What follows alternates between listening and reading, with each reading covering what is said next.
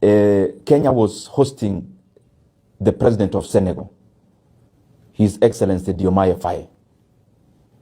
And I thought the people on the side of government would interact with him on what matters most, because they could have learned lessons. Diomaye Faye and Osman Sonko came to power last year in Senegal. Unfortunately, when they arrived in terms of the reins of power, they realized that the government of Senegal had secretly borrowed over 13 billion US dollars of the Book of Senegal. And currently, as we talk, Senegal is in a crisis that is precipitated by that illegal secret borrowing. Kenya ought to learn from Senegal that we cannot continue, and I've been speaking about this matter. It is more important than most of the things we are talking about in the public domain, because the effects are now, but they'll be more catastrophic later.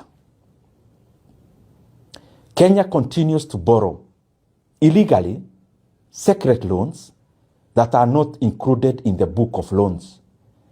When you hear me talk about Kenya is borrowing 3.5 billion every day, it does not include the money the government keeps on borrowing on securitization. They already did 7 shillings of fuel levy in terms of collecting in advance. They are now securitizing another 5. Kenya now is in the process of taking a loan using the housing levy. That the housing levy Kenyans ought to pay for the next 7 to 10 years, they want to borrow today.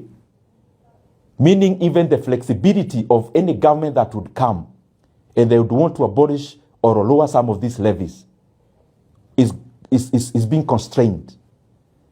And I keep wondering why the National Treasury can come up with even those kind of documentations and not batting even their eyes. They don't seem like they're doing the wrong thing.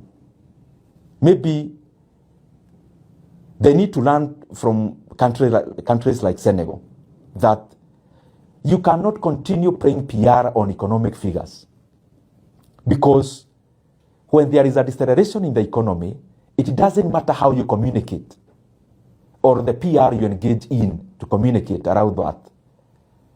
Figures will continue to manifest. And unfortunately, that is why in Kenya, when you interact with Kenyans, they say there's no money, because some of the decisions we are making also compound to the situation we are in as a country, economically speaking. So Kenya must maintain one book of debts. And I'm calling upon all our lenders, IMF, the World Bank. They have competent people in their offices. They cannot continue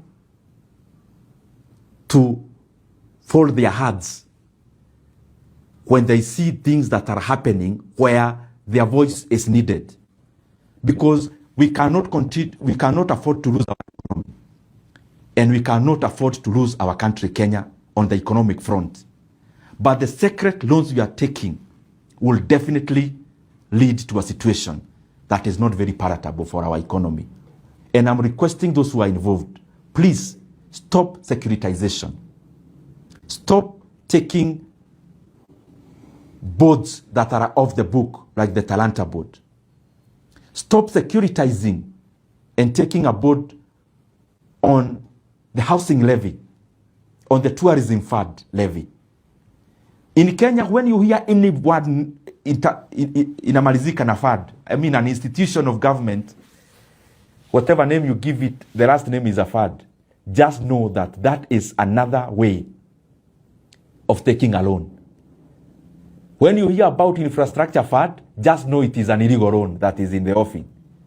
When you hear about tourism fund, scrutinize. You will see there is a loan in the offing or already taken.